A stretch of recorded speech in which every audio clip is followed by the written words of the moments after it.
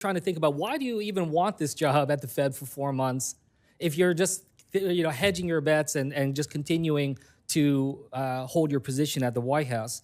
At a Senate Banking Committee confirmation hearing, Senator Andy Kim of New Jersey questioned Stephen Miran, who was seeking a nomination to the Federal Reserve Board. He asked him about his views on an independent Fed.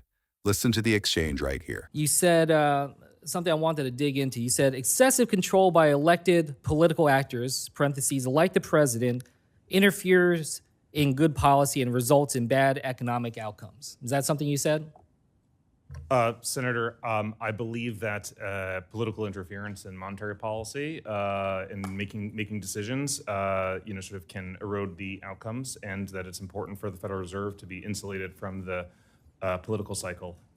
Okay, insulated from the political cycle. And here you said excessive control. What is excessive control?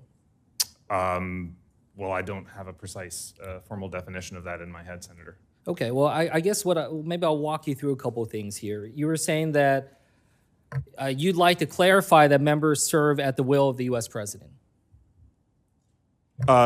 Senator, I believe that members can be removed for cause. I believe the Federal Reserve Act specifies that members can be removed for cause after they've been. I know. I'm just looking at your list of reforms that you like, and it sounded like you said clarify that the members serve at the will of the president.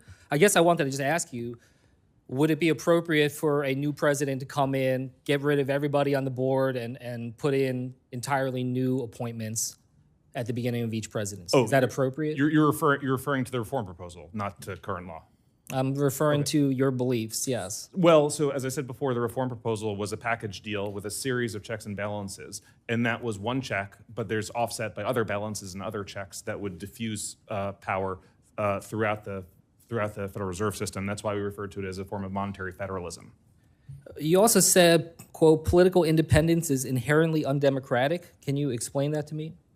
Yes. So if you had a Federal Reserve that was entirely, completely independent, with no ability for the president to appoint officials, no ability for the Senate to provide its advice and consent, no ability for the Senate to hold hearings where they receive answers to their questions by Federal Reserve officials, I think that would be profoundly undemocratic. And I think it's important that we have democratic oversight, as an example, when the Senate holds its hearings, getting testimony from Federal Reserve officials. One final question here. Has anyone in the administration asked you to commit formally or informally to vote to lowering interest rates?